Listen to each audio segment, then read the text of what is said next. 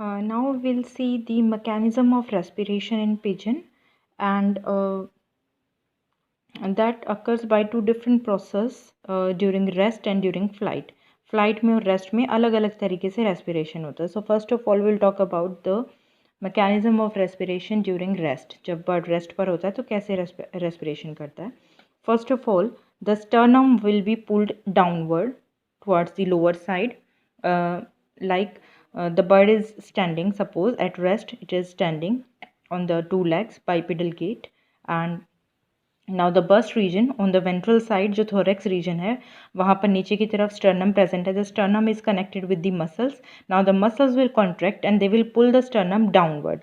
sternum को वो नीचे pull करेंगी तो उससे क्या होगा, जो thoracic cavity है उसमें जो space है वो increase हो जाएगा. Now because of increase in the space in the thoracic cavity, there will be created a negative pressure. एक negative pressure create होगा. That means थोड़ी सी वैक्यूम क्रिएट हो गई या एयर का प्रेशर, यू कैन से कि एयर का pressure जो है वो कम हो गया thoracic cavity के अंदर. Now because of that the air from the outside that will rush inside, because बाहर एयर प्रेशर ज़्यादा है और स्टर्नम के नीचे पुल होने से अंदर जगह ज़्यादा हो गई और एयर प्रेशर वहाँ का कम हो गया, तो बाहर से जो एयर है that will rush inside the lungs. तो कहाँ से आएगी, वही रेस्पिरेटरी ट्रैक्ट को फॉलो करती है. External layer olfactory sac, internal layer, then pharynx, then glottis, glottis से लैरिंग्स, लैरिंग्स से ट्रैकिया, ट्रैकिया से सेरिंग्स, सेरिंग्स से प्राइमरी ब्रोंकाई. सेरिंग्स जो है वो साउंड कब प्रोड्यूस करेगा, जब एक्सपायरेशन होता है, जब बर्ड एक्सपायर करता है, एयर को बाहर निकालता है, तब साउंड प्रोडक्शन होती है, इंस्पिरेशन के टाइम पर नहीं. ठीक है, तो जो एयर है that will move inside the primary bronchi, primary bronchi से मीजोब्रोंकस, मीजोब्रोंकस से वेस्टिब्यूल, वेस्टिब्यूल से जो सेकेंडरी ब्रोंकाई हैं डोर्सो और वेंट्रो उनमें, और वहाँ से क्या है, कुछ एयर जो है वो डायरेक्टली किसके अंदर मूव कर जाएगी, एयर सैक्स के अंदर. जितनी भी एयर सैक्स हैं, abdominal, posterior thoracic, anterior thoracic, clavicular, interclavicular and cervical, इन सब के अंदर एयर मूव कर गई. जो बाकी बची हुई एयर है that will move into the dorso और वेंट्रो ब्रोंकाई, और उसके बाद पैरा ब्रोंकाई जो इनके बीच में है, और air capillaries, and there exchange will take place. Air capillaries के अंदर एक्सचेंज होगी. Now the sternum will be raised upward. अब स्टर्नम जो है वो वापस ऊपर आ जाएगा अपनी पोजीशन पर, तो क्या होगा, जो थोरेसिक कैविटी है उसका साइज कम हो जाएगा. So that will create a pressure over these air sacs as well as on lungs.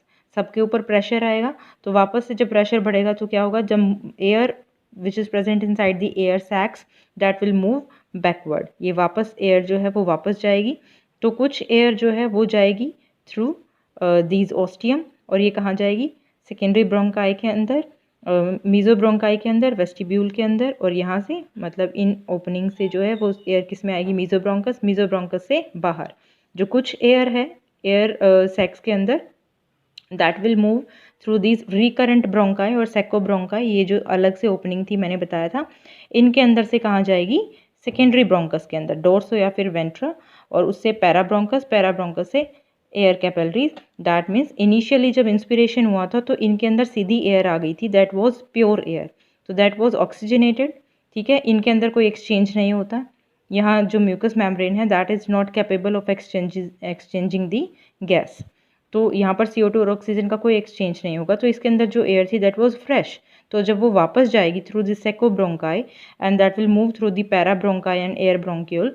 So during expiration again there will be exchange of gases. तो जो पैराब्रोंकस से एयर पास ऑन होगी अब वापस डायरेक्शन में, that will again be oxygenated, वो already oxygenated है और फिर से एक्सचेंज होगा. So that is a peculiar characteristic of birds, that during inspiration as well as expiration fresh air will pass through the parabronchus and air capillaries. उनके अंदर से हमेशा फ्रेश एयर मूव करेगी, चाहे इंस्पिरेशन हो चाहे एक्सपिरेशन हो, and that is because of the air sacs. So that was all about the respiration during the rest. Also at rest अब वी कैन से कि इनका जो हाई मेटाबॉलिक रेट है वो किस वजह से है, because of this peculiar character की एक्सपिरेशन में भी इनमें गैसियस एक्सचेंज होता है और फ्रेश एयर जो है वो एयर कैपिलरीज से मूव करती है. So because of that the metabolic rate of birds is very much high and they have a high respiratory rate to accommodate that high metabolic rate. इनका body temperature हमसे ज़्यादा होगा, 42 के around इनका body temperature होता है, and हमारा जो रेस्पिरेटरी रेट होता है that is approximately 16 to 20 respirations per minute. 1 minute में 16 से 20 बार हम सांस लेते हैं और ये 25 से 29 बार 25 to 29 टाइम्स पर मिनट। तो रेस्पिरेटरी रेट भी हाई है, हमेशा ऑक्सीजनेटेड ब्लड होता है लंग्स के अंदर और हमेशा मतलब हमेशा एक्सचेंज होता है, चाहे इंस्पिरेशन हो चाहे एक्सपिरेशन हो। सो that is a very much important factor that will increase the metabolic activity, and thus because of even small lungs they are capable of maintaining this high metabolic rate. So and that was at the case of rest. If we will talk about during flight, then the size of thoracic cavity will be increased or decreased with the help of एक minute हार्दिक रुक जा, that will be increased or decreased with the help of excuse me, क्या हो गया?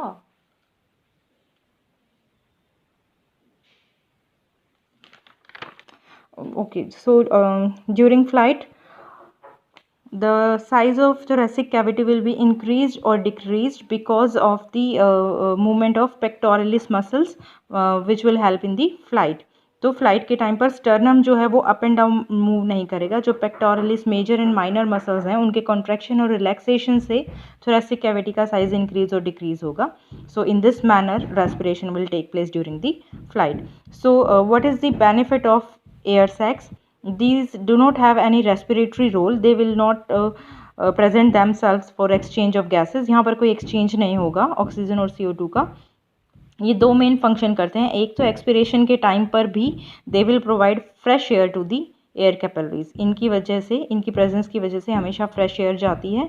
दूसरा जो है दे will help in controlling the body temperature by cooling down the bird, क्योंकि बर्ड के अंदर कोई भी स्वेट ग्लैंड प्रेजेंट नहीं होते तो ये पसीना ला के अपने आप को ठंडा नहीं कर सकते, कूल नहीं कर सकते। So they will help in evaporation because these are present close to the skin, skin के क्लोज होती हैं ये और इनके सरफेस से डायरेक्ट इवेपोरेशन होता है। So they will help in cooling down of the bird. इतनी हाई मेटाबॉलिक एक्टिविटी के बावजूद भी ये उसको कूल डाउन करने में हेल्प करती हैं। If you talk about the control of respiration, so there is a respiratory center in the posterior portion of the brain, medulla oblongata, उसके अंदर एक respiratory center होता है जो कि CO2 का लेवल ब्लड के अंदर जज करता है। अगर वो लेवल ज़्यादा है तो वो जो मेडुला ओब्लोंगेटरी के अंदर जो सेंटर है रेस्पिरेटरी सेंटर, वो उसे रेस्पिरेटरी रेट को इंक्रीज कर देता है, so that can be taken care of. Okay, that was all about the respiration.